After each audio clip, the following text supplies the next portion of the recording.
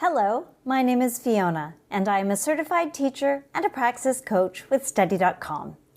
Are you planning to take the Citizenship Education Content Knowledge Test? This is exam number 5087. Praxis 5087 is a multi-subject social studies exam. This worked solution set covers the subtopic of geography. Let's review some of the types of questions you can expect to encounter on the exam. Let's get started.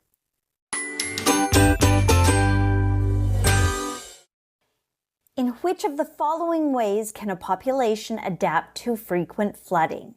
By increasing agricultural activity, by building elevated structures, by planting more trees, or by increasing water use?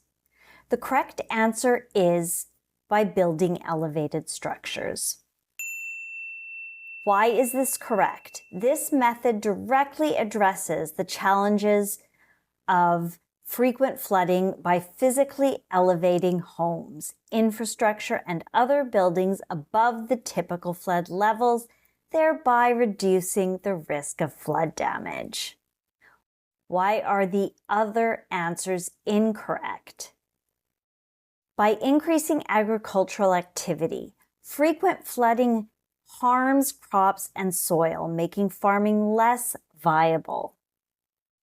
By planting more trees, trees help with erosion and runoff, but don't prevent severe flooding impacts on buildings. By increasing water use, this doesn't address flooding and could worsen water management issues. Therefore, building elevated structures is the best way to adapt to frequent flooding. Which of the following characteristics is unique to a deciduous forest ecosystem? The presence of permafrost, sparse vegetation and extreme temperatures, dense undergrowth and high humidity, or trees that shed their leaves annually? The correct answer is trees that shed their leaves annually. This is unique to deciduous forests where trees lose their leaves in the fall in order to conserve water and energy during the winter months. This characteristic is a defining feature of deciduous forest ecosystems. Why are the other options incorrect? The presence of permafrost. This is a characteristic of tundra ecosystems. Sparse vegetation and extreme temperatures. This describes desert ecosystems. And dense undergrowth and high humidity. These are features of tropical rainforests. Therefore, the unique characteristic of a deciduous forest ecosystem is trees that shed their leaves annually.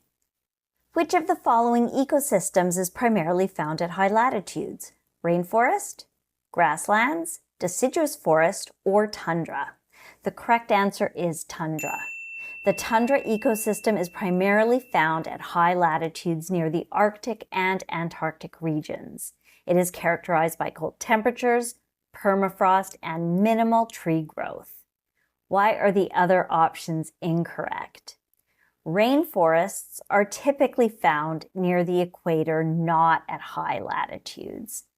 Grasslands are found in various regions around the world, including mid-latitudes, but they're not typically associated with high latitudes, so that's incorrect as well. Deciduous forests are generally found in temperate regions and not at high latitudes. Therefore, tundra is the ecosystem primarily found at high latitudes. Use the map below to answer the question. Which of the following types of maps is represented by the image above? Thematic map, climate map, historical map, or topographic map? The correct answer is thematic map.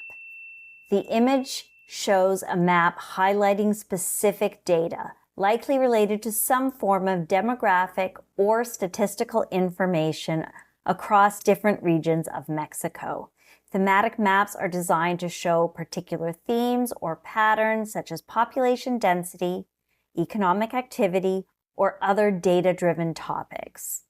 Why are the other options not correct?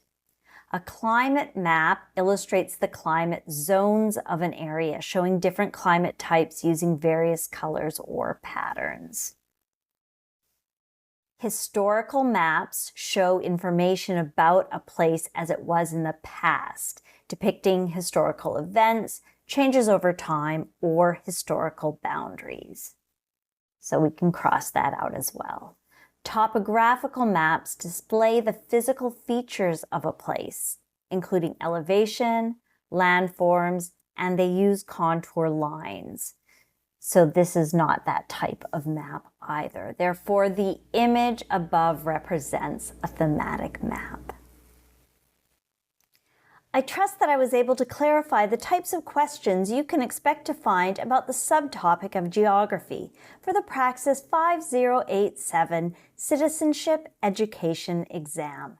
Please remember to like and subscribe to this channel so that with Study.com's help, you will feel confident and prepared on exam day. Bye for now.